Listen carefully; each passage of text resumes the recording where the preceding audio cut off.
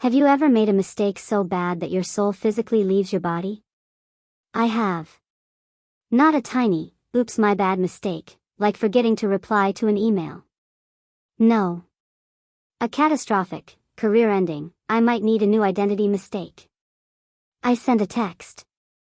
A very specific, highly unprofessional, deeply mortifying text.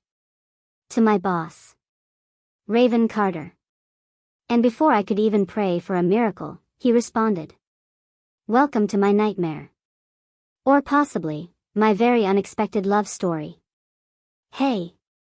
Welcome to Cupidoops, where love and logic are officially divorced, and chaos has full custody. Chaos begins. Hi. My name is Lily Harper. I am 28 years old, a marketing executive at Carter Enterprises, and a woman who has officially lost control of her life.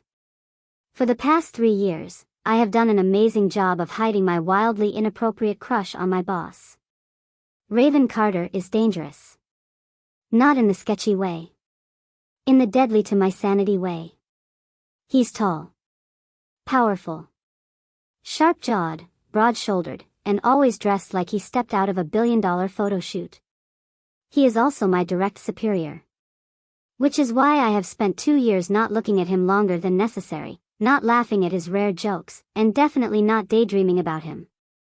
I was doing so well. And then, today happened. It all started with Mia. Mia Thompson, my best friend, work ally, and the only person who truly understands my suffering. She texted me about her latest horrific date experience. Mia, if one more man tells me he's an entrepreneur, and then tries to sell me protein powder, I'm throwing myself into the ocean. Me, girl, at this point, I should just date Raven. Mia, LMAO. Do it. That man is fine. If you don't, I will. Me, if my boss wasn't my boss, would climb him like a tree. It was supposed to go to Mia. It did not. It went to Raven Carter. My boss. And before I even realized my mistake, he replied. Raven Carter, interesting. I dropped my phone. It hit my desk, bounced, and landed face up on the floor, where his response stared back at me like my own death sentence. At that exact moment, Tom, our IT guy, walked past my desk. He glanced at my phone. Then at me.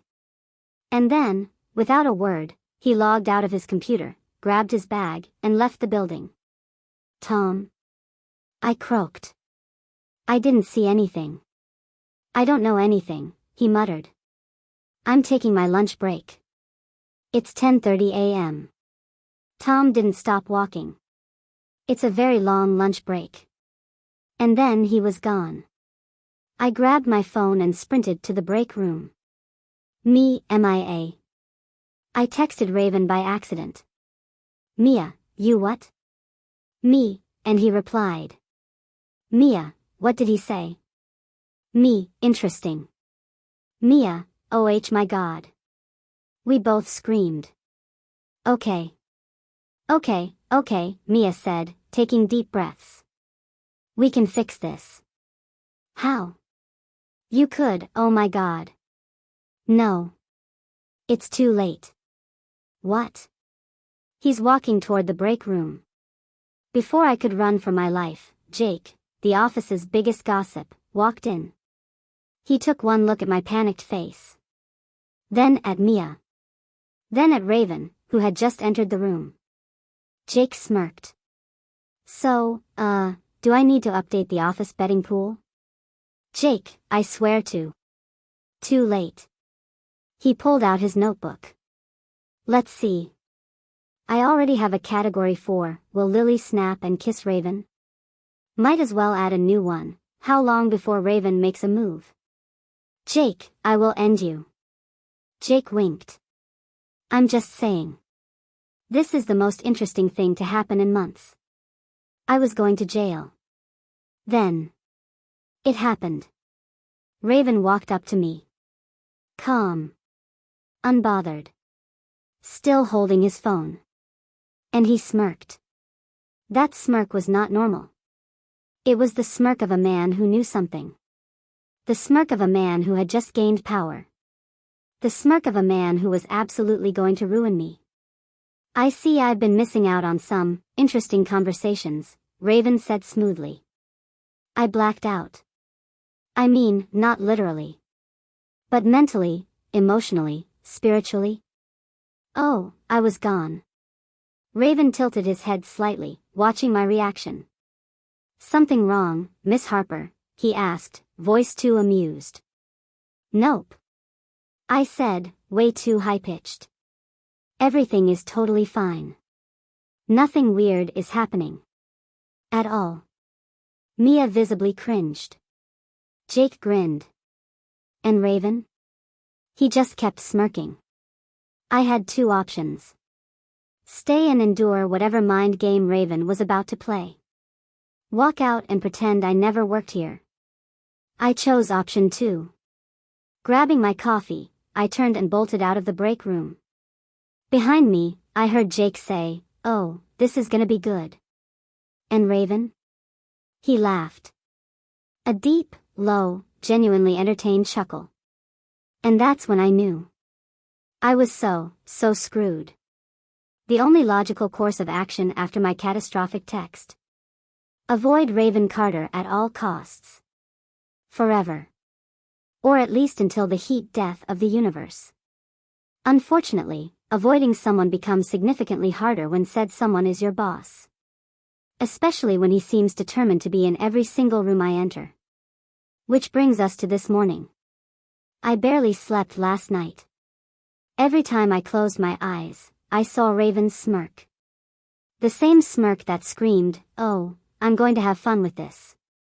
By the time my alarm went off, I was already emotionally unprepared for the day. Mia, being the supportive best friend she is, had texted me 5 times. Mia, are you alive? Mia, or did Raven Carter smirk you into an early grave?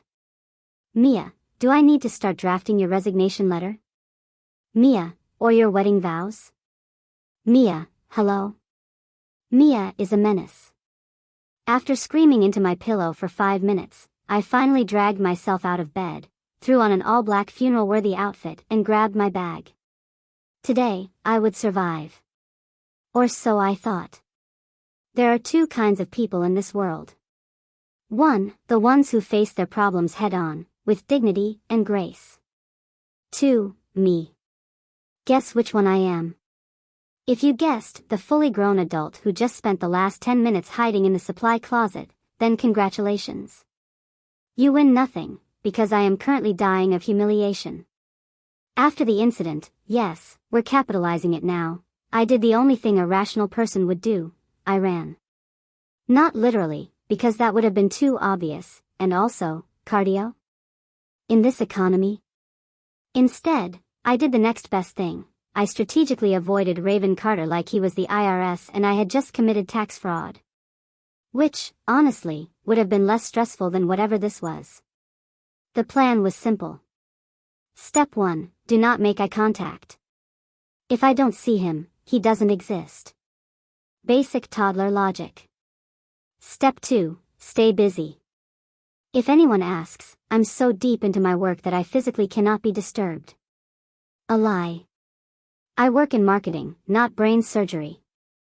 Step 3, hide. Which is why I am now inside the office supply closet, wedged between a box of printer paper and an industrial-sized bottle of hand sanitizer. Now, you'd think this was a solid plan. It was not. Because just as I was contemplating starting a new life in the supply closet, the door swung open, and Mrs. Gladys was standing there. Mrs. Gladys, for those of you unfamiliar, is Carter Enterprises' resident HR legend. She's 62, carries an entire library of employee rights pamphlets in her purse, and has survived 3 CEOs, 2 company buyouts, and 1 fire drill where she refused to evacuate until she finished her tea. And right now? She's scared. Sweetheart, back in my day, we just wrote love letters. You young folks are so bold. IT wasn't on purpose. I whisper-yelled, horrified. She hummed, unconvinced. I glared. I don't like your tone, Gladys. And I don't like my printer being out of paper because somebody is using the supply closet as a panic room, she shot back. So, what's the plan, kid? You can't hide in here forever. Watch me, I muttered. She smirked. Well, you'd better start digging a tunnel, because Mr. Carter just walked past looking for you. My soul left my body. What? I yelped, standing up so fast I almost knocked over an entire stack of staplers. She grinned. I'd say you have about 30 seconds before he circles back. I panicked. Do you have any retirement forms? Maybe I should just quit and go live in the woods, I suggested. Tempting, she said, amused. But no. Now get out of my supply closet before I start charging you rent. Fine. Hiding in closets wasn't going to work. New plan. I decided to spend the rest of the day strategically maneuvering around the office like I was playing an extreme version of The Floor is Lava, except the floor was Raven Carter, and I was one unfortunate interaction away from spontaneous combustion. I took alternate routes to the break room. I ducked behind cubicles. I even pretended to be deeply engrossed in a 30-page PDF about market trends in 2025, just to avoid making eye contact. It was going well. Until it wasn't. Because no matter where I went, Raven Carter casually appeared. By the coffee machine? There he was, stirring his coffee like some rich, intimidating deity. In the hallway? Standing there, scrolling through his phone with that annoying, knowing smirk. By the printer? Leaning against the counter, watching me with amusement. It was like he could sense my embarrassment from a mile away and was deliberately making it worse. The final straw. When I tried to sneak out early, because obviously, and Mark, the assistant of Satan himself, stopped me at the door. Mark is Raven's right-hand man, keeper of schedules, and low-key a menace to society. And right now? He was grinning. Nice one, Harper, he whispered as I passed. I froze. What? He winked. Winked. Oh. My. God. He knew. Before I could interrogate him, I heard a deep, familiar voice behind me. Lily. I malfunctioned. Literally just shut down like an overheated laptop. Because Raven was standing there, watching me. I turned slowly. He raised an eyebrow. Going somewhere? Yes. To my grave. I cleared my throat, trying to act normal. Nope. Just, stretching my legs. His lips twitched. Uh-huh. I swallowed. Abort mission. Abort mission. Okay. Gotta go. Bye. I yelped, practically sprinting away. Behind me? I heard Mark laughing. And Raven? Smirking. Again. There are moments in life when you realize the universe is not on your side. Like when you trip in front of a crowd. Or accidentally like a photo from 2012 while stalking someone's Instagram. Or, in my case, when your boss spends an entire meeting staring at you like you personally wrote the text equivalent of a thirst trap. I'm not being dramatic. Raven Carter was looking at me. The whole damn meeting. The conference room was packed. Marketing, finance, HR, everyone was here for the weekly update. I picked the safest seat, middle of the table, slightly off to the side, not directly in Raven's line of sight. A strategic choice. A smart choice. And yet. The moment Raven walked in, his ridiculously expensive, smells like power and bad decisions suit radiating an energy that screamed, I make women cry and stocks rise, he locked eyes with me. And. Did not. Look. Away. I froze. My soul? Gone. Ascended. Astral projected straight into another dimension. I could feel my coworkers noticing. Which, of course, made everything 10 times worse. My phone buzzed. I peeked at the screen. Mia, bestie, just quit. I choked on air. She was sitting 3 chairs down, casually sipping her coffee, but I could see the absolute glee in her expression. Me, I hate you. Mia, no, you hate your life choices. Fair. Just when I thought things couldn't get worse. Zoe, our new intern, sweet, innocent, has no idea how the world works. Zoe leaned over and whispered. Lily, why is Mr. Carter looking at you like that? Interns should come with a warning label. Like, may cause severe social death. Use with caution. I did what any normal person would do when their entire career was teetering on the edge of disaster. I ignored her. Because if I acknowledged it, then it was real. And if it was real, then I'd have to admit that Raven Carter was staring at me like he knew exactly how I'd worded my workplace inappropriate fantasies. Nope. Not happening. Unfortunately, Jake, office gossip king, HR's worst nightmare, was sitting directly across from me. And Jake? Jake was smirking. Which meant one thing. The office betting pool had grown. I glared at him. He raised his eyebrows like he was taking mental notes for whatever disaster was about to unfold next. I mouthed, drop dead. He winked. The meeting dragged on. Reports. Market trends. Blah blah blah. Meanwhile, Raven Carter was still looking at me. Not just looking. Smirking. Like he was having a private joke at my expense. Like he was enjoying this. Like he knew exactly how much I was suffering. I refused to look back. But every fiber of my being felt his eyes on me. My internal monologue. I am a professional. I am an adult. I will not spontaneously combust in this meeting. I will not. Lily. I flinched. He said my name. Out loud. In a room full of people. My stomach plummeted into the earth's core. Slowly, reluctantly, I looked up. He was still smirking. Your thoughts, he asked smoothly. I blinked. My thoughts? Sir, I have no thoughts. My brain has left the building. Everyone was staring at me. I scrambled for literally anything coherent to say. Yes, I blurted out. I completely agree. Raven's smirk deepened. Oh no. What, exactly, do you agree with? He asked, voice smooth.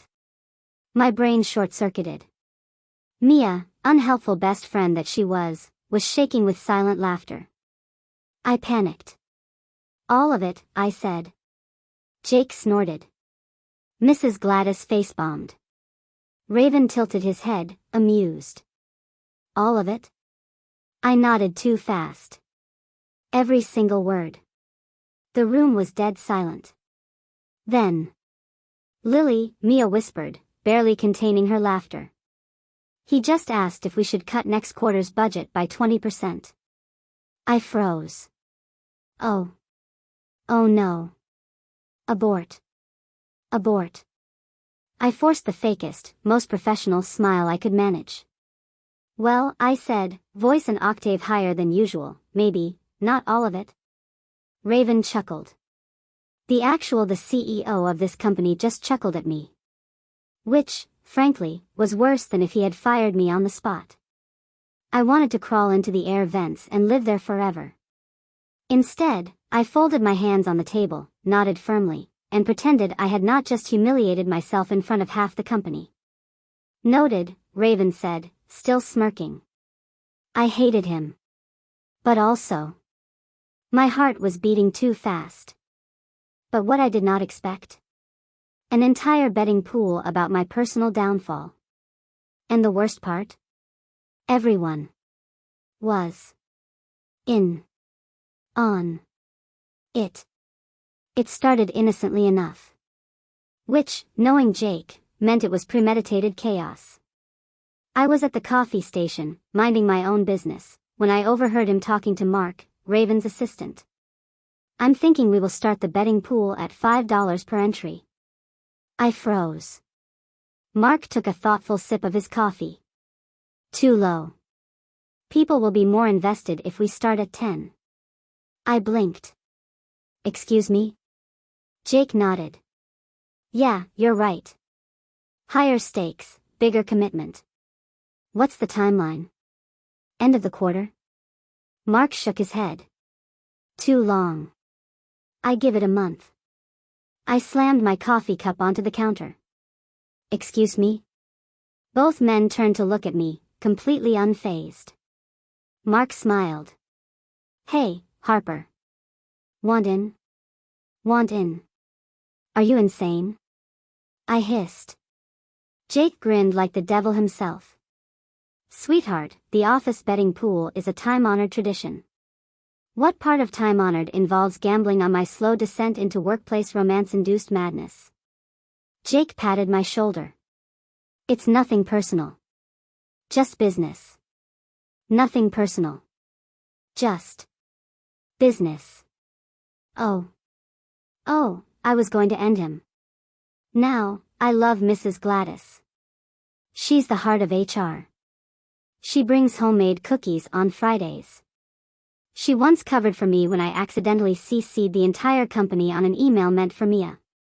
So you can imagine my absolute horror when she strolled up to Jake's desk, dropped a crisp $20 bill in front of him, and said, "Put me down for Lily Caves first."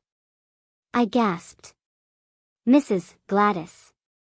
She shrugged. Sweetheart, I've been working here for 25 years. I know office romance when I see it. I was betrayed. By an elderly woman with a cardigan collection and arthritis. Jake laughed. Oh, this is beautiful. I snatched the 20 off his desk.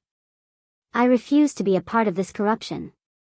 Mrs. Gladys gently pried it from my fingers.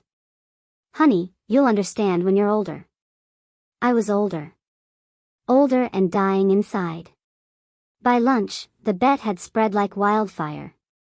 Mark was fueling it. Mia was placing strategic bets. Jake had created an entire spreadsheet. Jake, we've got categories now. Me, categories? First accidental kiss. First intentional kiss. First date. First oops, we're locked in the supply closet moment. First wedding announcement. First baby. At that last one, I nearly passed out. Jacob Matthews, I will end your entire bloodline. Jake grinned. Ah, don't be shy, Harper. We're rooting for you. I was going to sue. Or commit a crime. Or both. Meanwhile, Raven? Totally oblivious. Or worse, not oblivious at all and just enjoying my suffering. By the time I made it to Charlotte's office, I was on the verge of hysteria. Charlotte, the no-nonsense CFO who once made an entire finance department cry during budget season, was my last hope. I burst in. Charlotte. Please. End me. She sighed, barely looking up from her spreadsheets. What did they do this time? I collapsed into the chair. They started a betting pool. She didn't even blink. Is it about you and Raven? I gawked. How did you know? She finally looked at me, completely unimpressed. Sweetheart, the entire company has known since last week. I was deceased. I was nothing but dust. Why is everyone like this? I whined. Charlotte went back to typing. Because workplace drama is free entertainment. I groaned. You don't approve of this, right? I pleaded. She shrugged. As long as it doesn't crash the stock market, I don't care. Let's get one thing straight. I do not stay late at work. I am not one of those dedicated employees who voluntarily sacrifices their soul for unpaid overtime. I clock out. I go home. I watch trashy reality TV and pretend my life is normal. But tonight? Tonight, Raven Carter had other plans. It started at 5:55 p.m. I was so close to freedom, hovering over the log out button, when an email notification popped up. Subject, urgent, need your assistance. From Raven Carter. Oh no. I hesitated. Maybe if I ignored it, it would go away. But then. Ding. Another notification. This one was from Mark. Mark R.I.P. Harper. It was nice knowing you. Excuse me? Before I could process what that meant, my office phone rang. I stared at it in horror. My options were 1. Answer and face my demise. 2. Let it ring and get fired. 3. Pack up, change my name, and start a new life in Canada. Unfortunately, I was still paying off my student loans, so Canada was out. With a deep sigh of suffering, I picked up. Harper. Oh, great. He was using his CEO voice. Yes, Mr. Carter. I said, forcing my voice to sound normal. I need you to stay late and assist me with the quarterly projections. I blinked. Isn't that finance's job? I want your input. Lies. Lies. I had exactly 0 useful input. And we both knew it. But was I going to argue with the man who signed my paychecks? No. With a heavy heart, I responded, of course, sir. By 6:30 p.m., I was sitting across from Raven Carter, CEO of my suffering, in his ridiculously fancy office. The city skyline glowed through the massive windows. His suit jacket was off, sleeves rolled up, top button undone. It was unfair. Like, if he was going to be my workplace tormentor, the least he could do was look slightly less like a romance novel cover. You look tense, Harper. I scoffed. Gee, I wonder why. He smirked. You always think this much about me? I choked. Excuse me? He tapped his laptop screen. My eyes followed. Oh. Oh no. Because there, on the monitor, was my very regrettable, very humiliating text message. If my boss wasn't my boss, would climb him like a tree. I died. Right there. In my chair. My soul exited my body. When I recovered, barely, I glared at him. Why do you still have that? Because it's funny. It's blackmail. He shrugged. Maybe. I wanted to throw myself out the window. Instead, I clenched my fists and prayed for patience. Are we actually working, or did you just summon me here to ruin my life further? I asked. He leaned in slightly, studying me like he enjoyed watching me squirm. Since you think about me so much, he murmured, might as well put that brain to use. Oh. Oh, he was insufferable. I narrowed my eyes. I hate you. He smirked. No, you don't. It was precisely at this moment that Zoe, the poor unsuspecting intern, walked in. And, because fate is a cruel and twisted thing, she walked in at the absolute worst possible second. Right when Raven was leaning forward, looking at me like I was his next meal. Right when I was backed up against my chair like I was in a rom-com climax scene. Zoe froze. Her eyes darted between us. Her face slowly turned red. Oh, she said. Am I interrupting something? Me, yes. Raven, no. Zoe looked between us again. Suspicious. Right. She said slowly. And then, like the good, chaotic intern she was, she nodded knowingly and walked out. I was doomed. I turned back to Raven. This is your fault. How is this my fault? You and your stupid smirking face. I accused. His lips twitched. You like my face, though. I wanted to scream. Instead, I grabbed a pen and stabbed my spreadsheet with unnecessary aggression. I am focusing on work. That's it.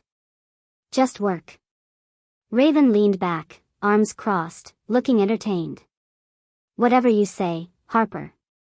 I hated everyone. Especially him. And especially myself. Because, as much as I despised his smugness, a tiny part of me wondered. What if the office betting pool was right? Let's get something clear. I am not dating Raven Carter. I am not thinking about dating Raven Carter. I am not even entertaining the possibility of maybe, possibly, thinking about dating Raven Carter. So when Mia, my traitorous best friend, suggested that I go on a blind date to get my mind off things, I agreed. Not because I needed to get my mind off Raven, but because I am a fully functioning adult who can date people and not think about my smirking CEO boss at all. Totally normal. Absolutely fine. No complications whatsoever. Until Raven Carter showed up. His name is Eric. He's nice. You'll like him. That's all Mia told me before shoving me into an Uber and sending me to the restaurant. I should have asked more questions. Like, what does he do? Does he have a sense of humor? Does he believe in aliens? Most importantly, does he own a cat? But I didn't ask, because I was too busy mentally preparing myself to be a normal, charming date. Not a walking disaster. Which, in hindsight, was a bold expectation. The restaurant was fancy, dimly lit, romantic in a wow, this is too expensive for me kind of way. Eric was already seated at a table by the window, wearing a crisp blue button-up, neatly combed hair, and the kind of smile that said he definitely didn't cause workplace trauma. "Hi, Lily, right?" he greeted, standing up like a polite gentleman. "Okay. This was fine." "Yep, that's me," I said, sliding into my seat. "Nice to meet you." Small talk started. The usual. "Where do you work? What do you do? Any hobbies?" Things were going well. And then I felt it. That strange, spine-chilling sensation of being watched. Slowly, I turned my head toward the entrance. And nearly choked on my water. Because Raven freaking Carter was standing there. Looking directly at me. What the hell? Before I could even process what was happening, someone else entered the scene. "Ah, Raven, dear. Mrs. Gladys." Because, of course, this was her favorite restaurant. And, of course, she saw him first. The elderly HR queen strode over to Raven, patted his arm like he was her beloved grandson, and then looked at me. Then at him. Then back at me. Her eyes twinkled with knowing. I wanted to disappear. "Jealousy's a bad look on you, dear," she said to Raven loud enough for me to hear. My soul left my body. Raven? Jealous? Che. He was probably here for some business reason. Right? Right? But then, Raven smirked. "You're right, Mrs. Gladys," he said smoothly. "It is." What? Before I could form a coherent thought, Raven walked straight over to my table. And, with all the arrogance of a man who had never been told no in his life, he sat down. At my table. Next to me. Ignoring the actual human man across from me. Eric, bless his confused soul, looked at me. Then at Raven. Then at me again. He started. "Are you friends?" Raven leaned forward. "We work together." Which was technically true. But also a bold understatement. I glared at Raven, whisper yelling through clenched teeth.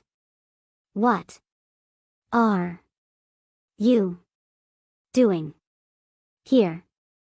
He ignored me. Instead, he turned to Eric and smiled. "So, tell me, Eric, do you also inspire tree-climbing thoughts?" I wanted to die. Eric blinked. What? I wished the ground would open up and swallow me whole. Mia was going to pay for this. Raven, smug as ever, sipped from my water glass like he belonged here. Eric cleared his throat. Well, no? I mean, I don't think so. Raven nodded, looking falsely thoughtful. Interesting, he mused. Because Lily here has a very specific type. I kicked him under the table. He didn't even flinch. Eric laughed awkwardly. Well, I'm not sure what her type is, but... me. Raven said it so casually, like it was a fact of life. Like, yes, the sky is blue, taxes exist, and Lily Harper is in love with me. I nearly flipped the damn table. To his credit, Eric was smart enough to recognize a losing battle. After about 10 more minutes of watching Raven casually invade my personal space, smirk at every word I said, and interrupt the conversation with unnecessary commentary, Eric stood up. Well, this has been great, he said. Total lie. But I think I'll call it a night. He looked at me, offering a sympathetic smile. Good luck with everything. Then, with the grace of a man who had no intention of dealing with whatever this was, he nodded and left. I was speechless. Raven leaned back in his chair, looking very pleased with himself. I stabbed my fork into a bread roll aggressively. Are you happy now? I hissed. He shrugged. You're the one who sent me that text, Harper. 3 months ago. He smirked. Still relevant. I wanted to strangle him. Instead, I grabbed my purse and stormed out. Unfortunately. Raven followed. Because, of course, he did. And I had the distinct, horrifying feeling that this was just the beginning of my suffering. I was determined to avoid Raven Carter. After last night's disaster, the ambush at my blind date, the unnecessary tree-climbing comment, and Eric leaving with his soul visibly exhausted, I had made a vow. Today, I would be stealthy. I would evade Raven like a ninja. I would keep my head down, get my work done, and survive the day. Except, because the universe hates me, I ended up trapped in an elevator with him instead. It started with me being late. Because of course. I had spilled coffee on my shirt, spent too long trying to clean it, and missed my usual elevator. By the time I reached the lobby, there was only one elevator left. I sprinted for it, just as Raven freaking Carter stepped inside. Our eyes met. The doors started to close. I had 2 choices. 1, wait for another elevator and risk being late. 2, be an idiot and step inside with the one man I was actively avoiding. Guess which one I picked? Yep. Like a moron, I darted forward, slipping through just as the doors shut. I regretted it immediately. The silence in the elevator was heavy. Raven, because he is a menace, just leaned against the wall and smirked at me. I ignored him. I pulled out my phone, pretended to check emails, and focused on breathing. Everything was fine. Until the elevator stopped. And not in a normal, we reached the floor way. No. In a horrific, lights flickering, everything jerking, emergency alarm beeping way. We were stuck. I froze. Raven blinked. Huh. I turned to him, eyes wide. Huh. That's your reaction? He shrugged, completely unbothered. I've been in worse situations. Worse? I stabbed the emergency button with all the frustration in my soul. A garbled voice crackled over the speaker. Hello? I practically lunged at the panel. Yes, hello, we're stuck in the elevator. More static. Oh. Yeah. Looks like a minor system glitch. Should be fixed soon. Soon. I inhaled deeply. Do not panic, Lily. Raven, of course, was zero help. He shoved his hands in his pockets, his expression ridiculously calm. Then, he smirked. You seem nervous. I turned sharply to glare at him. I am not nervous, I said through clenched teeth. I was absolutely nervous. Not because of the elevator, but because Raven Carter was standing way too close, in a very small space, with his stupidly expensive cologne making my brain short-circuit. He raised an eyebrow. No. I crossed my arms. No. I just don't want to be trapped with you forever. Mistake. Huge, massive, catastrophic mistake. Because Raven, human disaster, workplace flirt, smirk addict Raven, leaned in slightly, eyes glinting. Forever? His voice was low. Amused. Bold of you to assume I'd mind.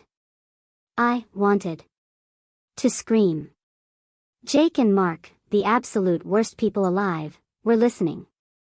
The second the emergency alert had gone off, they had, instead of helping, camped outside the doors. Jake was already typing furiously on his phone.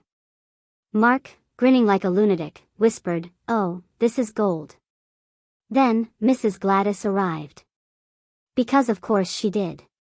She took one look at the situation, sighed dramatically, and muttered, "They better kiss before I retire." Jake nodded in agreement. Mark was already making a betting pool. I pressed myself against the wall, glaring at Raven. "You're enjoying this," I accused. His smirk widened. "Obviously." "Why?" I groaned, running a hand down my face. "How is this fun for you?" I demanded. Raven tilted his head, as if considering his answer. "Finally," he said, "because you're cute when you're flustered." Oh. My. God. I actually made a sound. It was somewhere between a squeak and a dying animal. My brain short-circuited. Fully collapsed. I turned away, faced the wall, and decided to never speak again. Finally, after what felt like an eternity, the elevator jerked back to life. A second later, the doors slid open. Anne, Jake, Mark, and Mrs. Gladys were standing there. Waiting. Grinning. Jake gave a slow clap. "Well, well, well." Mark gave me a thumbs up. "Nice work, Harper." I wanted to crawl into a hole and die. Mrs. Gladys, completely serious, just sighed. "Still no kiss?" Disappointing. I ran. Straight past them, straight down the hallway, straight to my office. Behind me, I heard Raven chuckle. Because of course. Because this wasn't over. Because Raven Carter lived to make my life a never-ending disaster.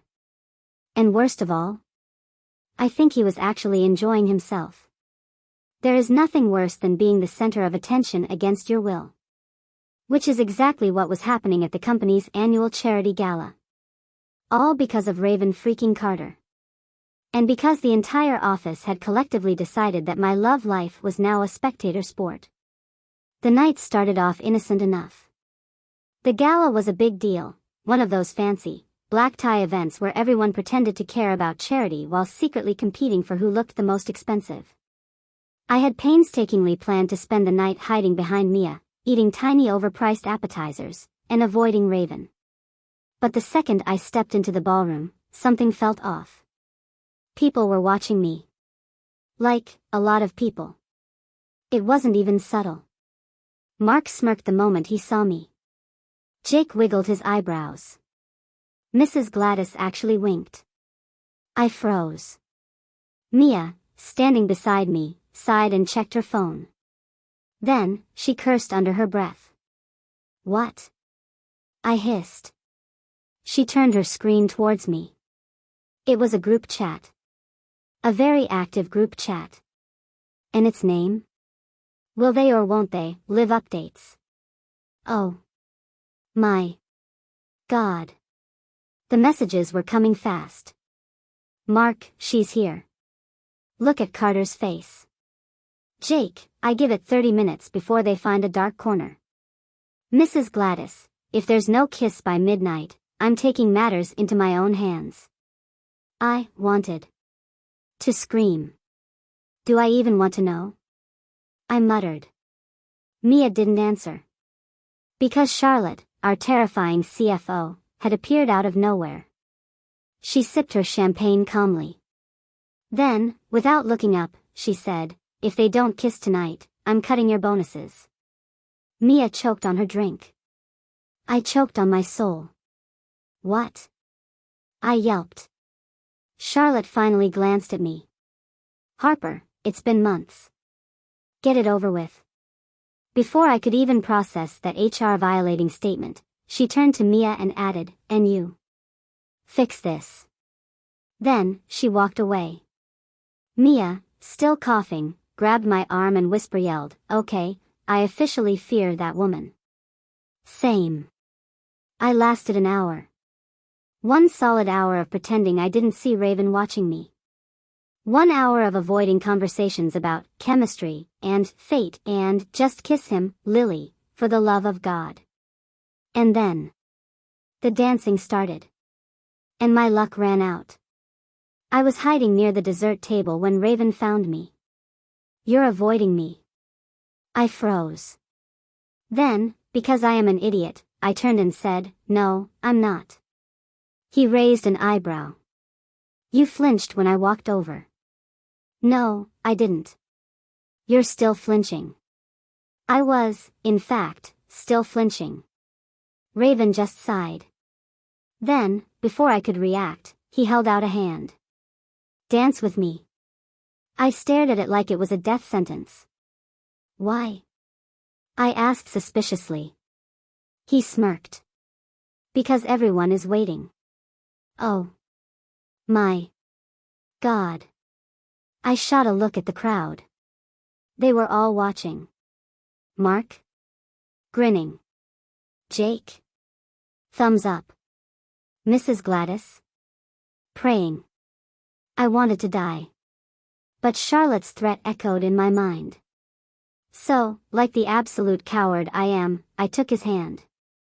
Dancing with Raven Carter should have been illegal. Because he was too close. He smirked. Because everyone is waiting. Oh. My. God. I shot a look at the crowd. They were all watching. Mark? Grinning. Jake? Thumbs up. Mrs. Gladys? Praying.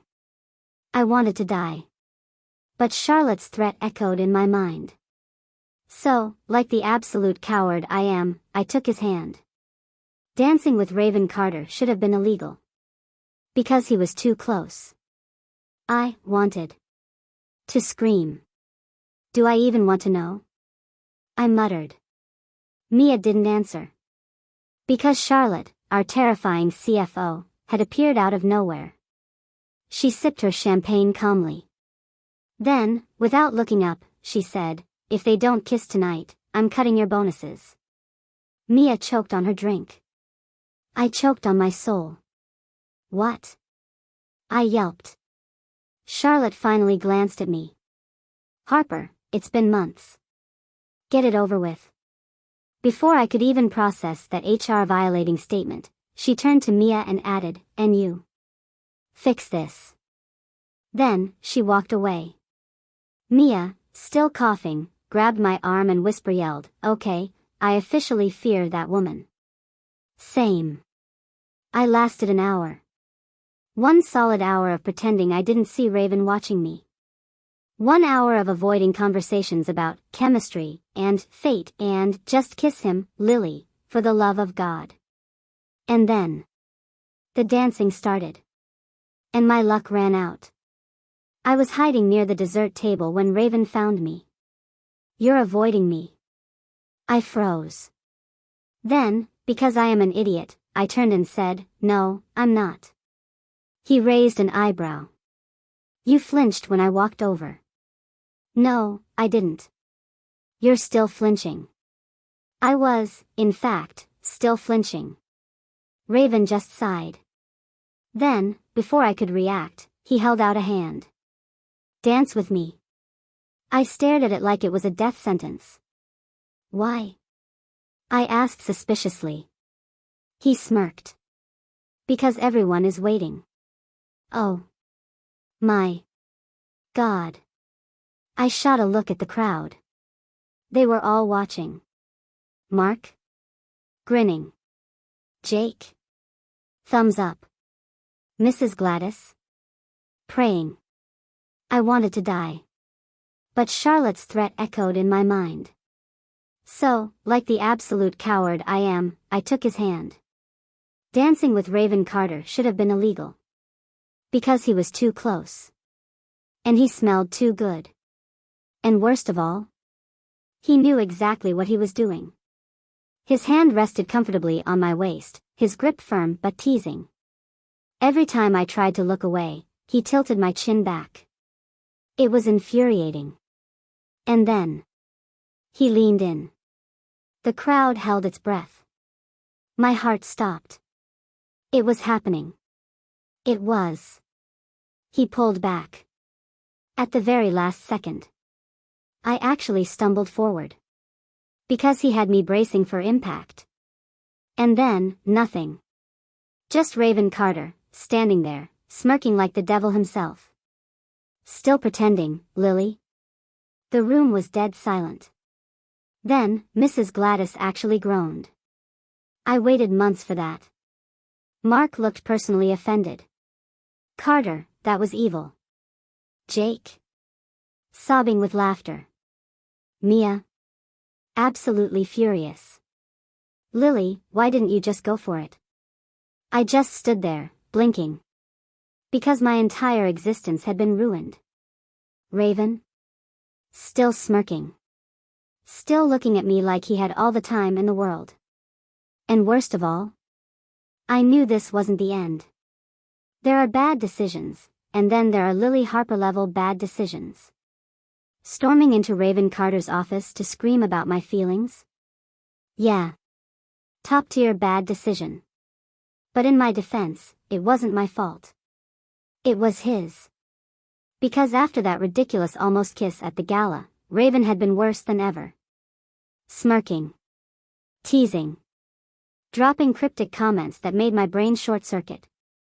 And worst of all, he refused to let me forget what happened. It started Monday morning. I tried to pretend nothing had changed. I walked into the office, head held high, determined to act normal. But the second I sat at my desk, my phone buzzed. It was a message. From Raven. Raven, miss me, Harper? I choked on air. Because, excuse me? I slammed my phone down and glared at my computer screen. I refused to react. Which was a mistake.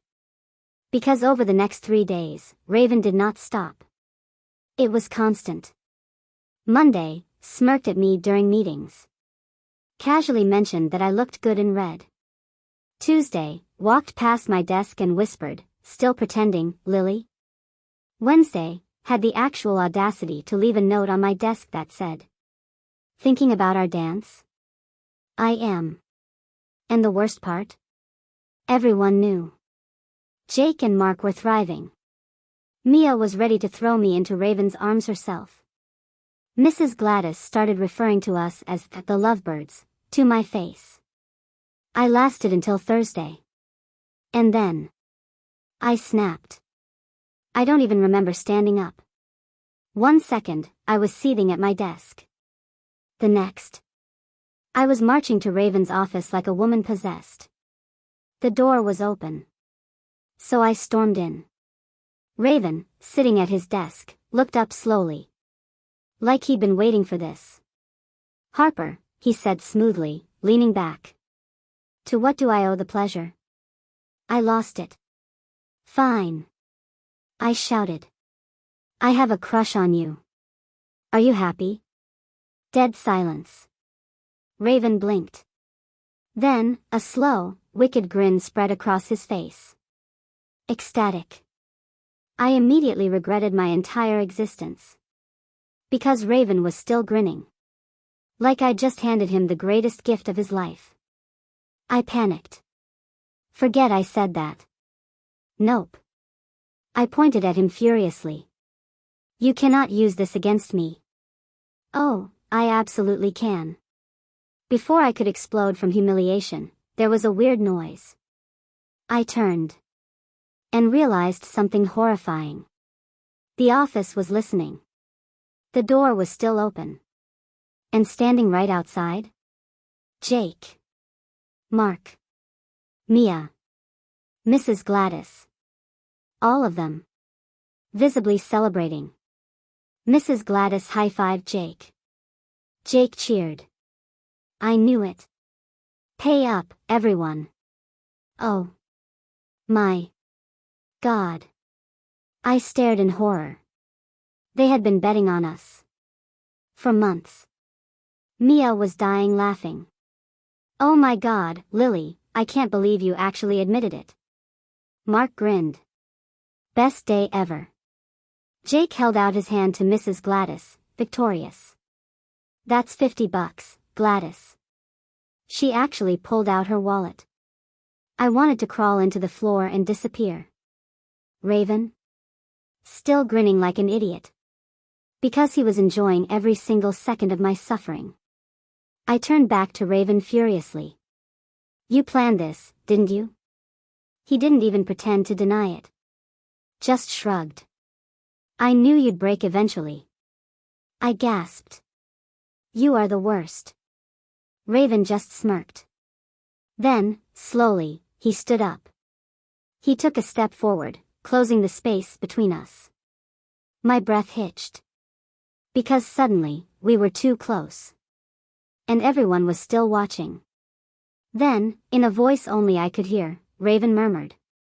Don't worry, Harper. I'll make it up to you. Make it up to me? I was in danger. Question for you. What would you do if you accidentally texted your crush something this chaotic? Tell me in the comments. And don't forget to like, subscribe, and hit that notification bell for more hilarious chaos.